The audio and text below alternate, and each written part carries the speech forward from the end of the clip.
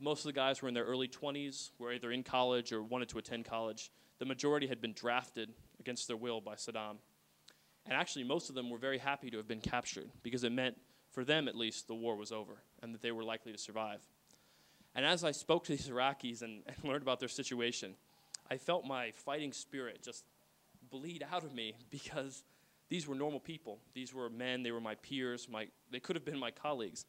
They were certainly not the terrorists and black-cloaked evildoers that I had been told.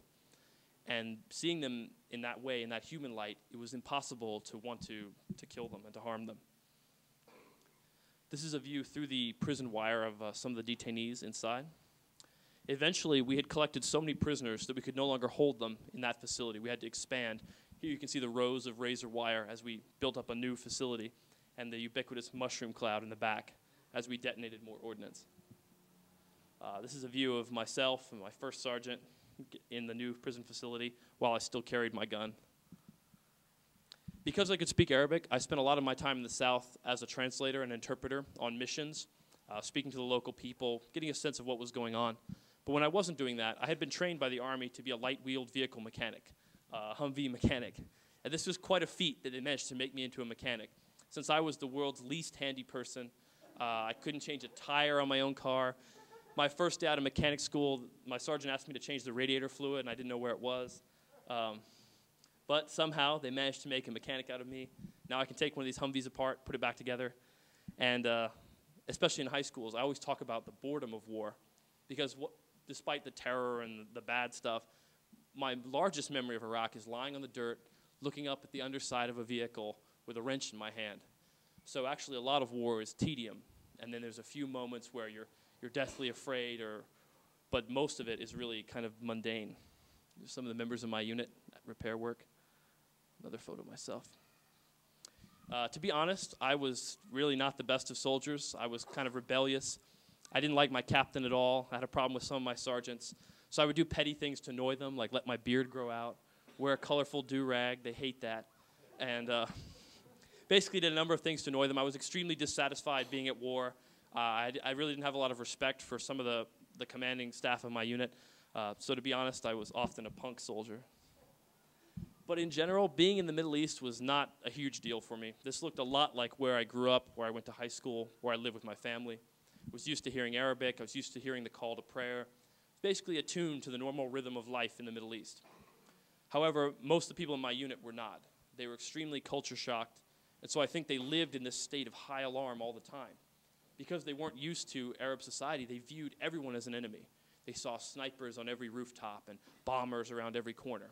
And so I think as a result, they were extremely tense and quick on the trigger because they had no perspective about Middle Eastern life.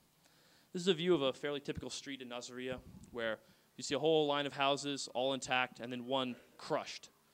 And it demonstrated to me how precise our munitions could be sometimes, that they could be guided down, blow up a single house, leave all the others standing most of the time, unless they went off course, in which case you see the sort of civilian casualties that I was talking about earlier. My impression of the Iraqis that I spoke to was that they were enormously welcoming and generous. Given that I was a foreign soldier walking around with a gun, often the first thing out of their mouth would be, "Welcome to Iraq, welcome to Nasiriyah, how do you like my city, where are you from?"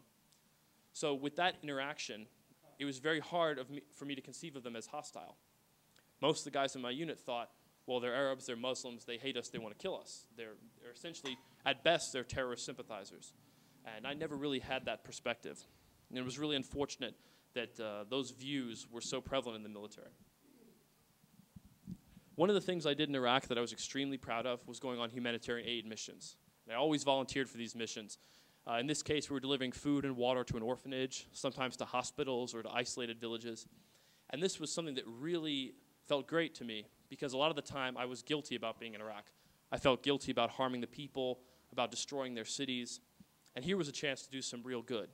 And that was one of the things I really relished about my deployment was the chance to do humanitarian aid. Most of the members of my unit had an outstanding relationship with the Iraqi civilians.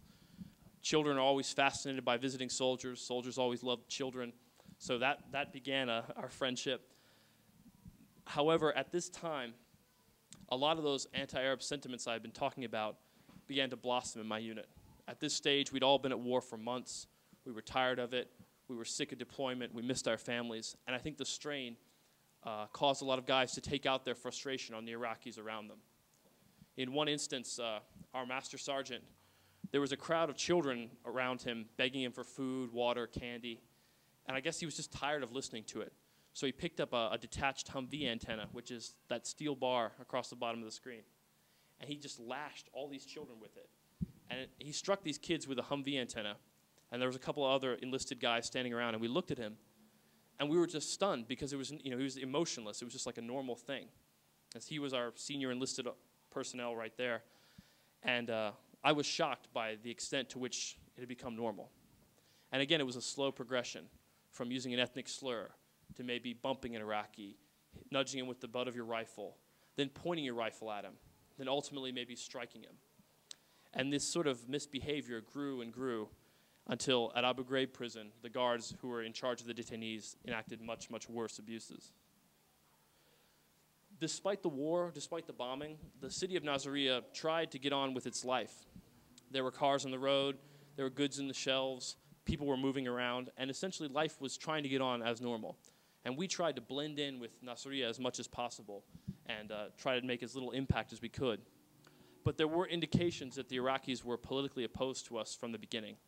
Here's a view of a demonstration early on in the war. It began small, like this one, maybe 30 or 40 people, and it grew and grew until by the end of my deployment, there would have been a crowd stretching all the way to the end of the street and thousands of participants demanding the coalition leave. So there was political resistance from the beginning.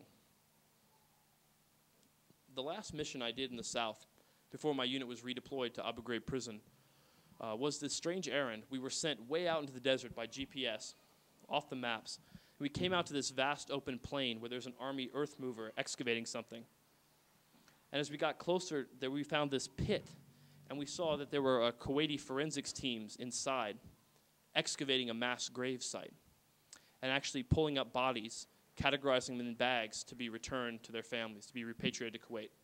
These were victims of Saddam Hussein's regime that had been executed in southern Iraq and buried there.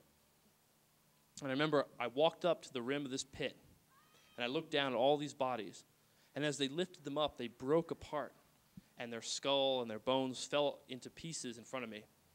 And I remember this odd feeling like there was a switch flipped off, and suddenly I didn't feel anything about it at all. And I remember being terrified that I was looking at this mass grave, and it was completely normal to me. I didn't feel anger or disgust or revulsion. And I thought, I've been here so long that it's becoming normal to me, and I'm changing. And that was a really terrifying feeling. I had seen the way the war was affecting the guys in my unit, how they were changing. But to see it happening in myself really stopped me in my tracks. One of the Army sergeants who was there reached into the bag and pulled out a skull, and he started tossing it to himself. And he turned to me and he said, "Private, take my picture." And kind of in a trance, I reached out and I pulled out my camera, and I snapped this image of him holding up a skull. And I remember looking through the aperture and feeling that something had gone dramatically wrong, that this was not the way it was supposed to be, and this was not how I should be acting or feeling. And it was a real turning point for me. It was around this time that I began to contemplate my role in the military, whether I could continue on as a soldier, whether I believed in the cause and in fighting. I had become a Buddhist shortly after joining the military. My Buddhist beliefs had deepened over training, and especially being at war actually pushed my Buddhist beliefs to the forefront. There's nothing to teach you about impermanence and death like seeing impermanence and death. And I reached a point where I felt that I disagreed with the war, but I hadn't done anything. I hadn't said anything. And it was important for me, and I realized that I couldn't be a Sunday morning Buddhist. You know, I couldn't just sit on my black mat and meditate in my dorm room, but not live it and not act it out in the world.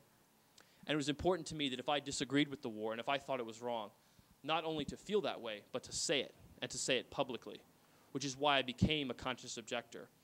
I wanted to tell not only my unit and the Army, but everyone back home that you should resist it and you should speak out.